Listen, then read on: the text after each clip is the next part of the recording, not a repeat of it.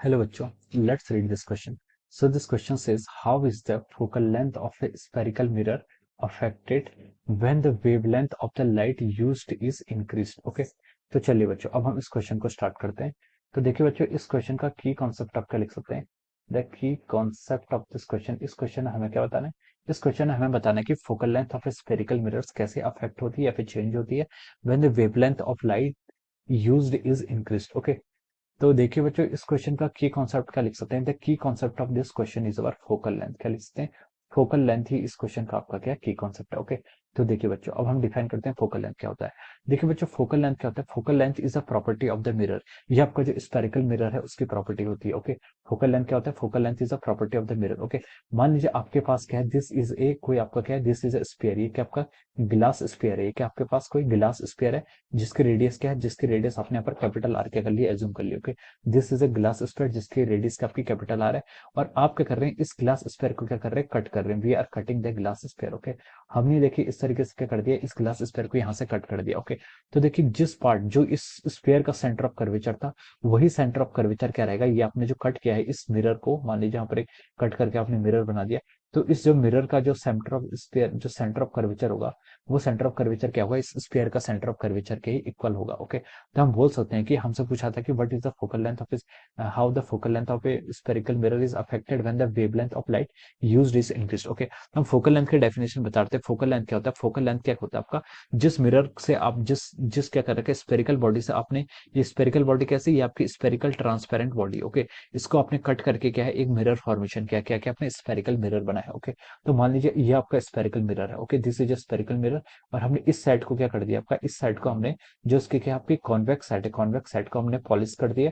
तो ये किस टाइप का मिरर बन जाएगा, this will make a concave mirror, ये कनकेव मिरर बन जाएगा। ओके, तो देखिए इस मिरर में हम क्या बोल सकते हैं, जो इसकी फोकल लेंथ होगी, फोकल लेंथ क्या होता है आपका, focal length is defined as the half of the radius of curvature. Radius of curvature की जो हाफ डिस्टेंस होती है उसे हम क्या बोलते हैं, आपका फोकल लेंथ बोलते हैं। या फिर आप इसको फोकल लेंथ को ऐसे भी डिफाइन कर सकते हैं कि when the ray of light, जब क्या होती है आपका रे ऑफ लाइट क्या होती है, पैरेलल टू द, जब कोई आपकी पैराक्सियल ले parallel to the in principal axis, principal axis के पैरेलल आती है, वो क्या करती है आफ्टर रिफ्लेक्शन, जो जिस पॉइंट से पास होती है, that point is called principal focus. वो क्या कहलाता है, इसका प्रिंसिपल फोकस कहलाता है।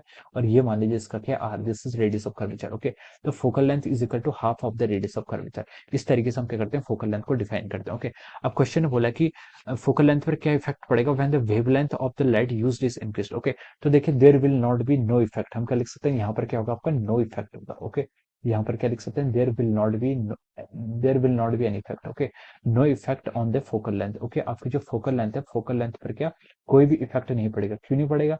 क्योंकि देखिए ये जो आपका मिरर है, this is a mirror, mirror में क्या होता है आपका रिफ्लेक्शन का फिनोमेना होता है। ओके, अगर ये आपका लेंस होता तब हम बोल सकते थे कि there might be occur some chromatic aberrations, यहाँ पर आपके क्रोमेटिक एबेरेशंस आ सकते थे। बट आपके मिरर के केस में क्या होता है, क्रोमेटिक एबेरेशंस कब आएगा, क्रोमेटिक एबेरेशन तब आएगा जब आपका डिस्पर्जन होगा। डिस्पर्जन कब होगा, जब आपका रिफ्रैक्शन होगा। और रिफ्रैक्शन कब होता है, रिफ्रैक्शन आपका तब होता है जब आप क्या करते हैं, जब आप इधर प्रिज्म या फिर लेंस की बात करते हैं। ओके, लेकिन दिस इज ए मिरर, यहाँ पर क्या होता है, मिरर होता है। ओके, जो आपकी इंसिडेंट रे है उसकी जो वेवलेंथ होगी और आपकी जो रिफ्लेक्टेड रे उसकी जो वेवलेंथ होगी, वेवलेंथ क्या रहेगी आपकी, सेम रहेगी। ओके, यहाँ पर क्या होता है, वेवलेंथ के कारण कोई भी चेंज नहीं होता है।